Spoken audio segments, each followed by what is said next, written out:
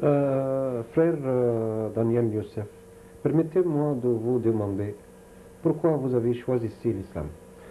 Ben, j'ai choisi l'islam parce que bon, ça répondait quand même à toutes mes questions, ce que ne faisait pas le christianisme. C'est-à-dire que bon, il y a une douzaine d'années, bon, j'étais plus ou moins hippie, j'avais des cheveux longs jusque-là, j'étais chanteur dans un groupe de pop musique dans le nord de la France, à Calais.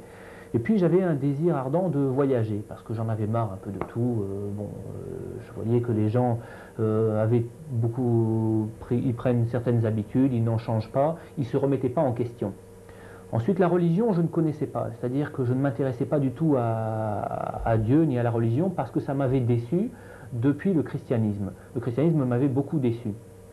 Donc l'islam m'est tombé dessus lorsque j'ai voulu engager un voyage. Un de mes amis d'enfance avait, comme moi, envie de voyager. On est tombés tous les deux sur des musulmans qui étaient censés nous donner un itinéraire pour voyager en Afrique.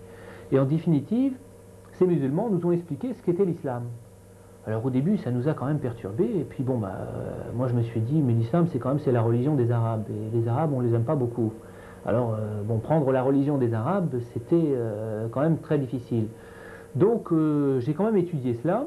Et puis petit à petit, mon ami d'enfance a voulu se convertir. Alors comme j'avais une confiance aveugle en lui, j'ai décidé de me convertir aussi.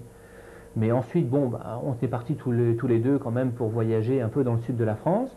Et puis, on était devenus croyants, mais pas vraiment pratiquants. C'est-à-dire, on s'était dit, peut-être que Dieu existe, d'accord, mais c'est peut-être pas forcément l'islam qui est la vraie religion. Et puis, on m'a envoyé un exemplaire du Coran, en français. Et j'ai commencé à lire le Coran, et alors j'ai été un petit peu impressionné par un ayat al-Qur'aniyya qui dit Afatu'minuna bi ba'd al-kitab wa takfuruna bi ba'd. Est-ce que vous allez croire en une partie du livre et rejeter l'autre? Alors donc, parce qu'il y avait beaucoup de choses qui m'intéressaient en fait dans le Coran, dans l'islam, et en définitive, tout ce qui était côté pratique, de faire la prière, etc., ça c'était un peu moins intéressant.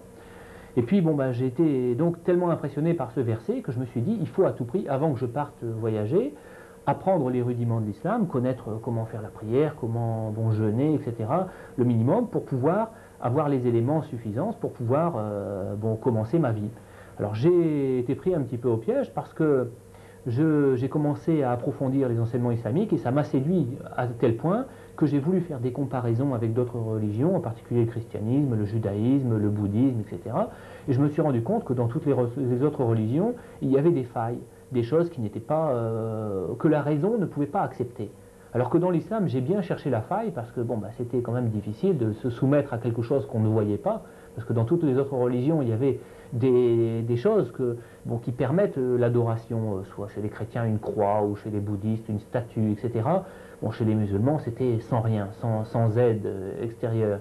Alors donc, c'était quand même un peu difficile. Et ce qui fait qu'avec l'approfondissement, je n'ai trouvé aucune faille. C'est-à-dire que l'islam répondait à toutes mes questions. Et ça m'a séduit jusqu'à tel point où j'ai désiré continuer. Je suis encore musulman maintenant. C'est très intéressant. Salam alaikum. Wa alaykoum salam wa rahmatullahi wa barakatuh.